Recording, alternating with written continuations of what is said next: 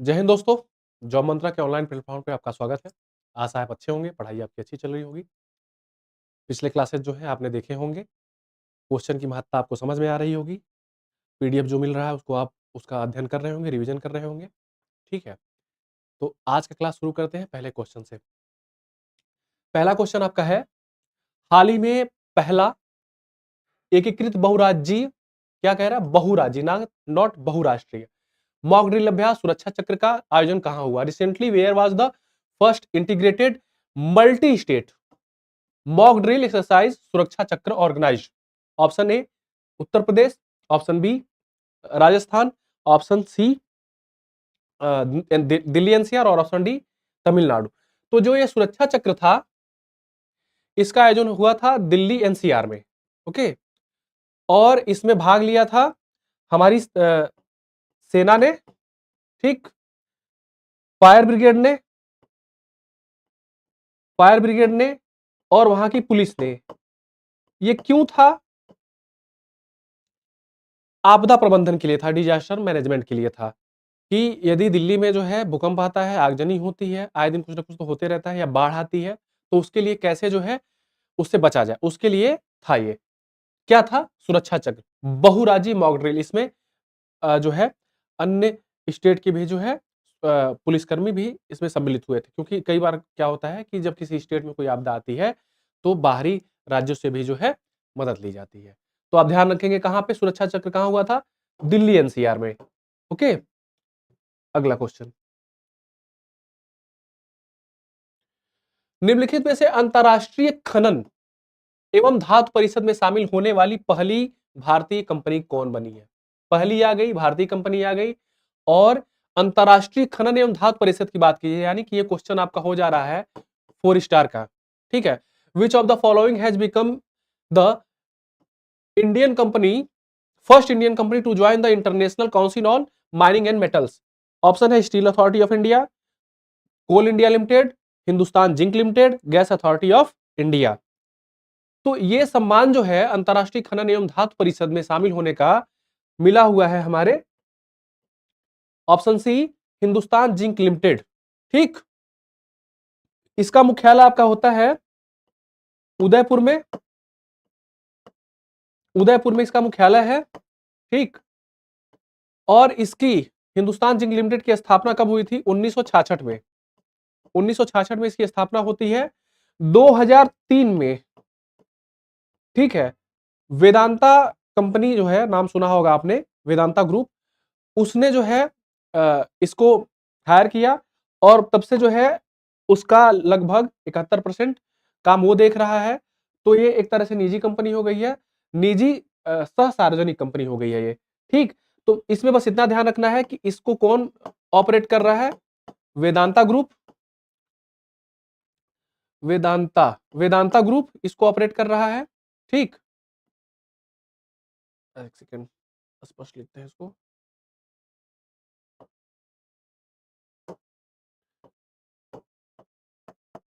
Vedanta group, इसमें इतना ही जानकारी आपको चाहिए कि इसका मुख्यालय कहां पे है? उदयपुर राजस्थान। हिंदुस्तान जिंक लिमिटेड का स्थापना हुआ था 1966, 2003 में जो है इसने इसको हायर किया। ठीक, दूसरा चीज, स्टील अथॉरिटी ऑफ इंडिया, इसके बारे में थोड़ा जानकारी ले लेते हैं। ये महारत्ना कंपनी है। ठीक, ये भी महारत्ना है, ये भी महारत्ना, लेकिन Hindustan zinc limited Maharatna company नहीं है। ये आपसे पूछेगा कि क्या हिंदुस्तान जिंक लिमिटेड महारत्ना है? तो नहीं, हिंदुस्तान जिंक लिमिटेड महारत्ना नहीं है, ये नवरत्न कंपनी है। ठीक, महारत्ना कंपनियों की संख्या है 14, इसको आप ध्यान में रखेंगे, जिसमें से steel authority of India, coal India limited, gas authority of India, 3 तो आपको यही मिल गए। सेल का मुख्यालय है नई दिल्ली में। कोल इंडिया का मुख्यालय आपका हो जाता है कोसेकोल, कोसे कोलकाता, और गैस अथॉरिटी ऑफ इंडिया का मुख्यालय भी जो है आपका नई दिल्ली में हो जाता है। ठीक, तो इसको आप ऐसे ध्यान रखेंगे, इनका मुख्यालय भी आपसे पूछता है, कई बार इसको मिलान के लिए आ जाता है। तो स्टील अथॉरिटी ऑफ इंडिया और गैस अथॉरिटी ऑफ इंडिया, ये दोनों दिल्ली में है। कोल इंडिया लिमिटेड कोलकाता में है, और हिंदुस्तान जिंक लिमिटेड है आपका उदयपुर में। ओके, अगला क्वेश्चन, हाल ही में एस एंड पी ने 18 साल बाद भारत को कौन सी रेटिंग प्रदान की है? Recently which rating has S&P assigned to India after 18 year? Option है triple A minus, option B triple B minus, option C triple B और ऑप्शन डी ट्रिपल ए। अब S&P के बारे में जानते हैं। S&P एक रेटिंग एजेंसी है जो न्यूयॉर्क से ऑपरेट होती है और ये किसी देश के वाणिज्यिक परिदृश्य के बारे में जानकारी देती है कि उस देश में निवेश करना क्या अनुकूल है कि नहीं है, वहां का लॉ एंड ऑर्डर कैसा है, वहां का गवर्नमेंट कैसे है, गवर्नमेंट हेल्पफुल है कि नहीं है, और इसका रेटिंग जो है बहुत इंपॉर्टेंट रखता है। ठीक, जब ये रेटिंग मिली थी हमको तो अपने देश में जो है काफी पॉजिटिव कमेंट लोगों के आए थे। और ये मिला क्या था, पहले था ट्रिपल बी माइनस, अभी हो गया है ट्रिपल बी। ठीक, तो आप इसको ध्यान रखेंगे, क्या मिला है हमको रेटिंग, हमको रेटिंग मिल गया है ट्रिपल बी।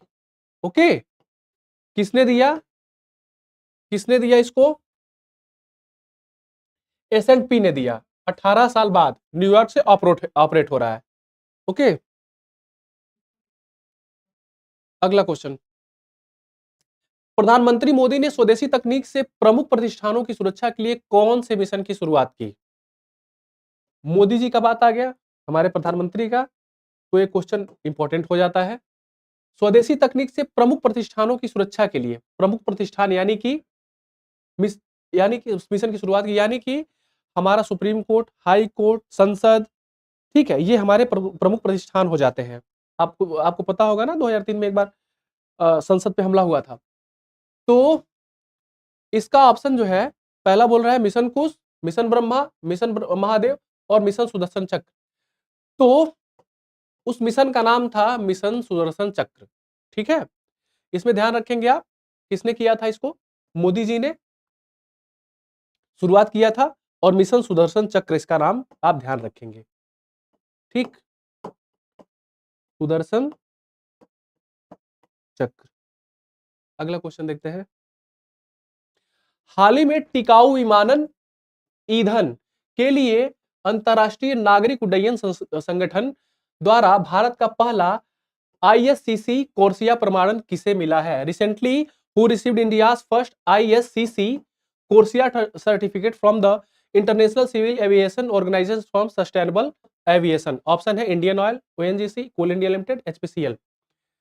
तो ये जो है टिकाऊ विमानन की बात की जा रही है, टिकाऊ विमानन ईंधन की बात की जा रही है, और ये प्रमाणन मिला हुआ है हमारे इंडियन ऑयल को।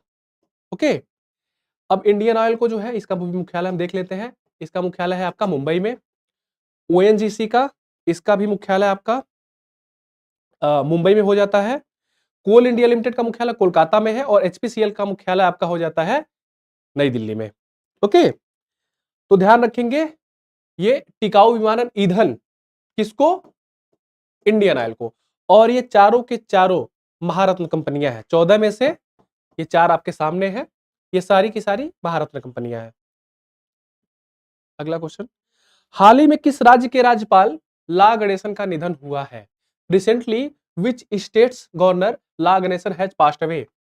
ऑप्शन पहला है Uttarakhand, option B Himachal Pradesh, option C Nagaland और ऑप्शन डी मिजोरम। तो इसका ऑप्शन है नागालैंड के थे ये ला गणेशन जी, गवर्नर थे वहां के। नागालैंड के बारे में जानकारी ले लेते हैं। 2011 की जो जनगणना हुई थी, तो इंडिया का ये पहला एकमात्र एक राज्य था जिसकी जनसंख्या नकारात्मक में चली गई थी। नकारात्मक का मतलब माइनस में चली गई थी। ठीक, इसकी जनसंख्या घटी थी। ओके, तो ये ध्यान रखेंगे, ला गणेशन कहां के थे, नागालैंड के थे। अगला,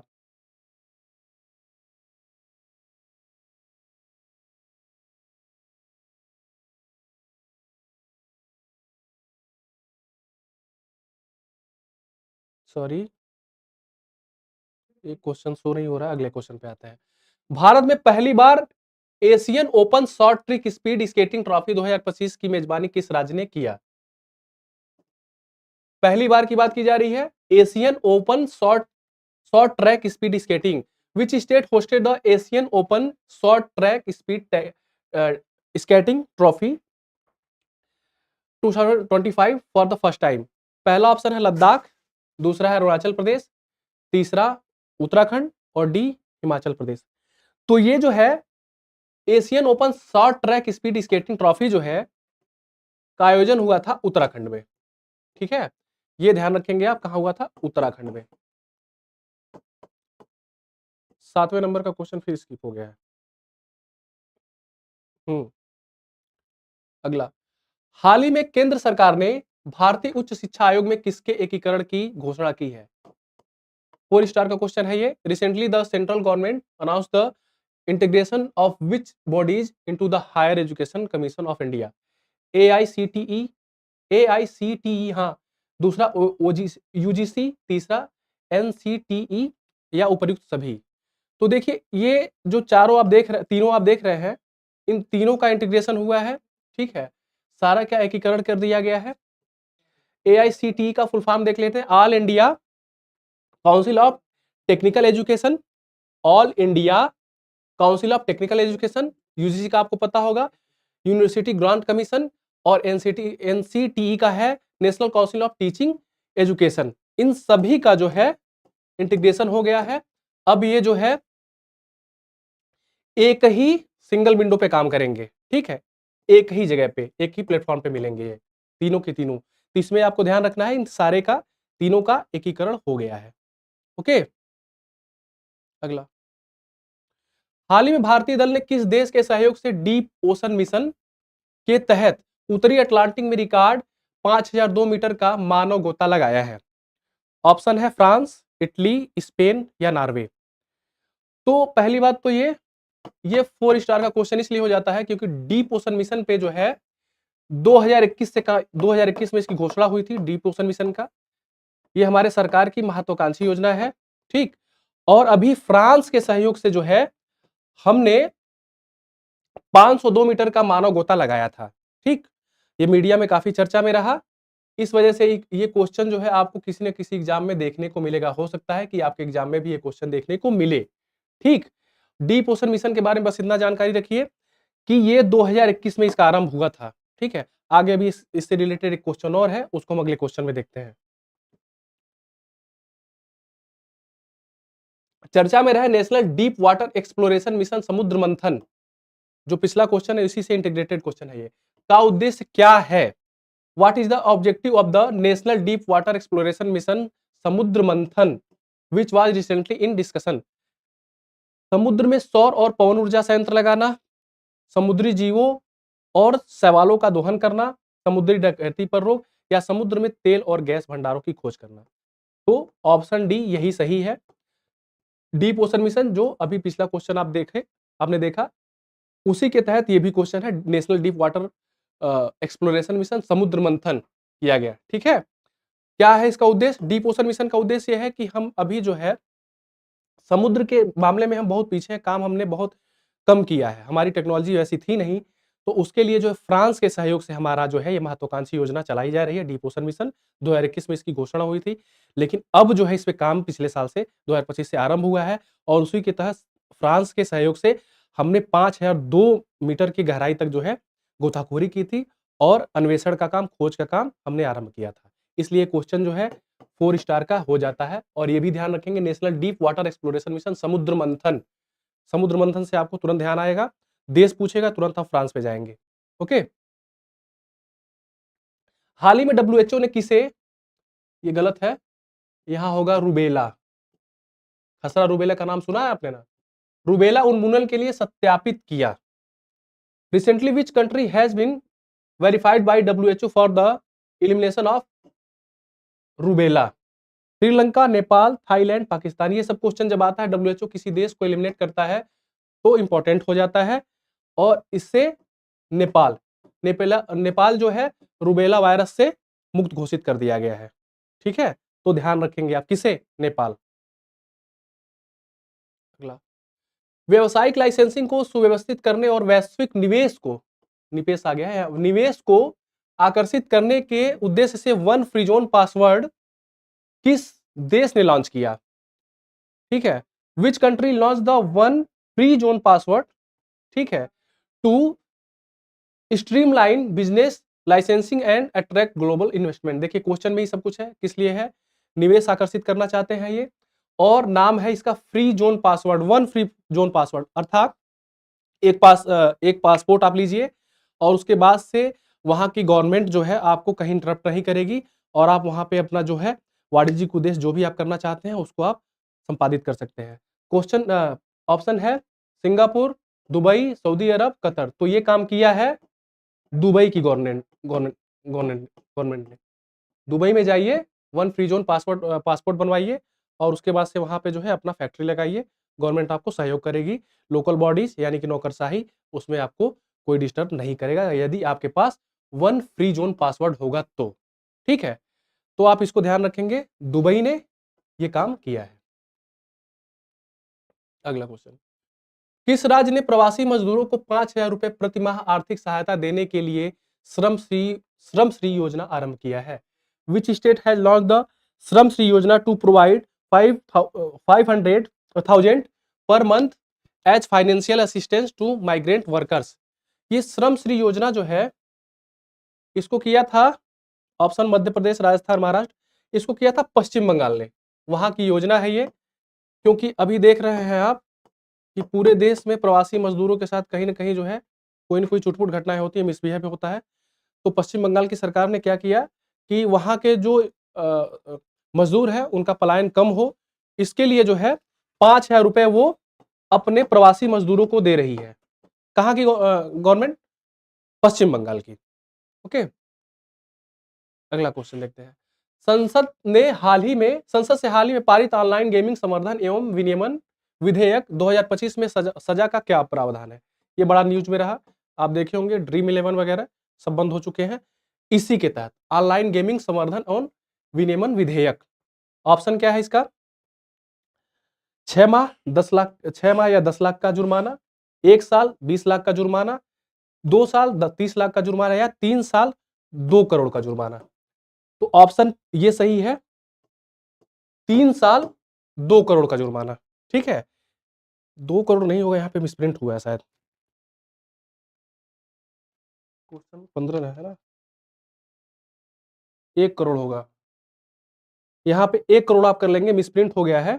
ठीक है, 3 साल की कैद या 1 करोड़ रुपए जुर्माना का प्रावधान इसमें किया गया है। किसमें? ऑनलाइन गेमिंग और संवर्धन में। क्वेश्चन ऐसे ही आएंगे आपसे। ठीक है, तो ध्यान रखेंगे 3 साल कैद या फिर 1 करोड़ रुपया, 2 करोड़ नहीं, 1 करोड़ रुपया। ठीक, अगला क्वेश्चन, हाल ही में भारतीय विशिष्ट पहचान प्राधिकरण ने निर्बाध आधार आधारित ग्राहक सत्यापन के लिए किसके साथ साझेदारी की है? Recently the unique identification authority of India यानी कि उदय has partnered with the company for seamless Aadhaar based customer verification. Microsoft, Amazon, Starlink या गूगल? ये सब क्वेश्चन जब होते हैं शायद 5 स्टार इसको देना चाहिए, क्योंकि इसमें जो है इसकी बात की जा रही है, उदय की, जो कि आधार को ऑपरेट करता है। ये हमने समझौता किया है स्टारलिंक, एलन मस्क की कंपनी स्टारलिंक से हमने किया है। ठीक है, और जब स्टारलिंक से कोई समझौता की जाती है तो क्वेश्चन बनते ही बनते हैं, क्योंकि ये बहुत प्रतिष्ठित कंपनी है और विश्व की मानी जानी कंपनी हो जाती है एलन मस्क की। तो आप ध्यान रखेंगे, भारतीय विशिष्ट पहचान प्राधिकरण, ठीक है, उदय, ठीक है, किससे किया? स्टारलिंक से किया। अगला क्वेश्चन, हाल ही में पहले खेलो इंडिया जल क्रीड़ा, पहली है खेलो इंडिया जल क्रीड़ा महोत्सव का आयोजन कहां हुआ? Where was the first Khelo India water sport festival organised? Madhya Pradesh, Kerala, Jammu Kashmir या उत्तराखंड? ये उत्तर प्रदेश, यहां पे भी ऑप्शन गलत छप गया है शायद, क्या 17 नहीं, सॉरी, इसका ऑप्शन है जम्मू कश्मीर। खेलो इंडिया जल क्रीड़ा महोत्सव का आयोजन जो है जम्मू कश्मीर में हुआ था। कहां पे हुआ था ये ध्यान रखेंगे आप? डल झील, डल झील में इसका आयोजन हुआ था। कहां पे हुआ था? जम्मू कश्मीर में हुआ था। उसके बाद ही जो है जम्मू कश्मीर का हमला वाला मामला हो गया था और वहां पे जो है टूरिज्म जो है पूरी तरीके से बाधित हो गया था, क्योंकि डल झील से जो है बहुत सारे सोशल मीडिया पे वीडियोज भी आ रहे थे उस टाइम पे। ये जब क्रीड़ा हुई थी तो पीआईबी के साइट पे इसका लाइव प्रसारण भी किया गया था। ठीक है, तो ध्यान रखेंगे खेलो इंडिया जल क्रीड़ा महोत्सव का आयोजन जो है जम्मू कश्मीर में हुआ था। और कहाँ हुआ था? जम्मू कश्मीर के डल झील में हुआ था। ओके, अगला क्वेश्चन, ई गवर्नेंस एनसीईजी पर 28वां राष्ट्रीय सम्मेलन का आयोजन कहां आयोजित हुआ? Where was the 20th national conference on e governance NGEC organised? कहां पे? विशाखापत्तनम, चंडीगढ़, लखनऊ या गोवा? देखिए, ई गवर्नेंस की बात की जा रही है, आजकल ई गवर्नेंस की बात हो रही है क्योंकि पूरे देश को हाईटेक किया जा रहा है। ई गवर्नेंस हर जगह, हर विभाग में जो है इसका महत्ता बढ़ा है। इसका आयोजन हुआ था, क्या था ये? 28वां राष्ट्रीय सम्मेलन था ये, ठीक है? तो राष्ट्रीय सम्मेलन जब आ जाता है तो इंपॉर्टेंट हो जाता है। इसका आयोजन हुआ था विशाखापत्तनम में, ओके? विशाखापत्तनम में इसका आयोजन हुआ था, ये आप ध्यान रखेंगे। अगला, किस राज्य के जलालाबाद शहर का नाम बदलकर ये परशुरामपुरी होगा? परशुरामपुरी करने की मंजूरी मिली है। Jalalabad city of which state has been approved to be the renamed Parshurampuri? Parshurampuri होगा ये। कहीं-कहीं लेकिन परशुरामपुर भी मिल सकता है आपको। परशुरामपुर और पुरी में कंफ्यूज मत होइएगा। बिहार, महाराष्ट्र, उत्तर प्रदेश या पंजाब? तो ये अपने उत्तर प्रदेश में हुआ था और ये जलालाबाद शहर होता है आपका शाहजहांपुर में, ठीक है? वही शाहजहांपुर जहां से अशफाकुल्ला खां आते हैं, ठाकुर रोशन सिंह आते हैं, ठीक है? वहीं का ये शहर था जलालाबाद, इसका नाम अब हो गया है परशुरामपुरी, ठीक है? ये आपके लिए 4 स्टार का क्वेश्चन हो जाता है क्योंकि ये यूपी का बात किया जा रहा है यहाँ पे, ठीक? इसको आप ध्यान रखेंगे। ये शाहजहांपुर आप जरूर ध्यान रखेंगे क्योंकि शाहजहांपुर में ही था जलालाबाद, नाम इसका हो गया है परशुरामपुरी, ओके? अगला, मदरसा बोर्ड को भंग करके अल्पसंख्यक शिक्षा प्राधिकरण का गठन किसने किया है? Which state has dissolved the madrasa board and form the minority education authority? Option A Rajasthan, Maharashtra, option B Uttar Pradesh, C Maharashtra और डी उत्तराखंड। तो अल्पसंख्यक शिक्षा प्राधिकरण को भंग करके जो है उत्तराखंड ने जो है मदरसा बोर्ड को भंग करके अल्पसंख्यक शिक्षा प्राधिकरण का गठन जो है उत्तराखंड ने कर दिया है। अब यहाँ पे मदरसा बोर्ड नहीं रहेगा, ठीक है? उसको बोला जाएगा क्या? अल्पसंख्यक शिक्षा प्राधिकरण, ठीक है? तो इसी के साथ जो है आज का क्लास हम खत्म करते हैं। इसका पीडीएफ आपको मिलेगा, आप उसको रिवीजन कर लीजिएगा, क्लास को दोबारा देख लीजिएगा चूंकि थोड़ा सा जल्दी पढ़ाया गया है, कुछ टेक्निकल इशू होने की वजह से, ठीक है? तो मिलते हैं आपसे नेक्स्ट क्लास में। जय हिंद।